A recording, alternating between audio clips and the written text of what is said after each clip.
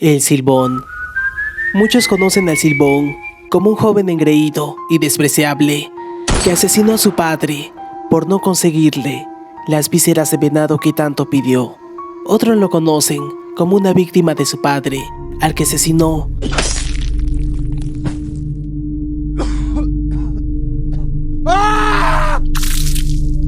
por haber matado a su novia. Te dije que no metieras a esa mujerzuela en la familia. Sin embargo, muy poca gente conoce la versión más desgarradora y triste que tiene el Silbón, y es esta. El Silbón era un joven desdichado que presenciaba día a día los golpes de su padre hacia su madre. Una tarde, harto de ser testigo de la tortura que su madre vivía, decidió ponerle fin a esa triste vida con sus propias manos.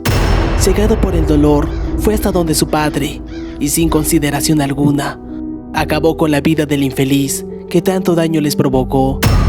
A pesar de cometer uno de los crímenes más atroces que hay en la vida, el muchacho no sintió ni el más mínimo arrepentimiento, ya que por fin había librado a su familia de tan despreciable ser. Por fin se habían acabado los maltratos hacia su madre, pero desgraciadamente la felicidad le duraría poco. El padre del infeliz, su abuelo, se enteró de lo que su nieto le hizo a su hijo. Él no quiso escuchar ni entender la justificación del muchacho, así que sin pensarlo dos veces, lo mandó a torturar. Ordenó a sus empleados que amarraran a su nieto a un árbol para azotarlo hasta que sus huesos puedan ser vistos. No contento con eso, mandó a que bañen sus heridas con ají, sal y aguardiente. Lamentablemente, su hermanita, que estaba escondida detrás de un granero, había estado presenciando tan horrible escena. Con lágrimas en los ojos que parecían nunca acabarse, se puso a silbar. Se puso a jugar por última vez con su hermano. Este silbido formaba parte de un juego que casi siempre jugaban, pero esta vez ella silbó para que su hermano pueda distraerse y así resistir tan horrible dolor. Desgraciadamente, el abuelo decidió acabar con lo que comenzó. Terminó con la vida del hermano, arrojándolo a sus perros que no habían comido en días.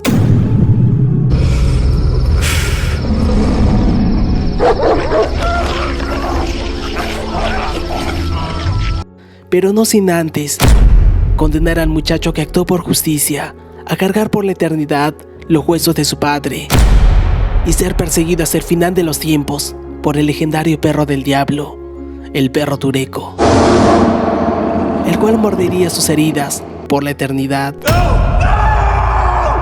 Desde entonces se cuenta que el Silbón emite su escalofriante silbido por los lugares más solitarios de Latinoamérica, especialmente de Venezuela y Colombia.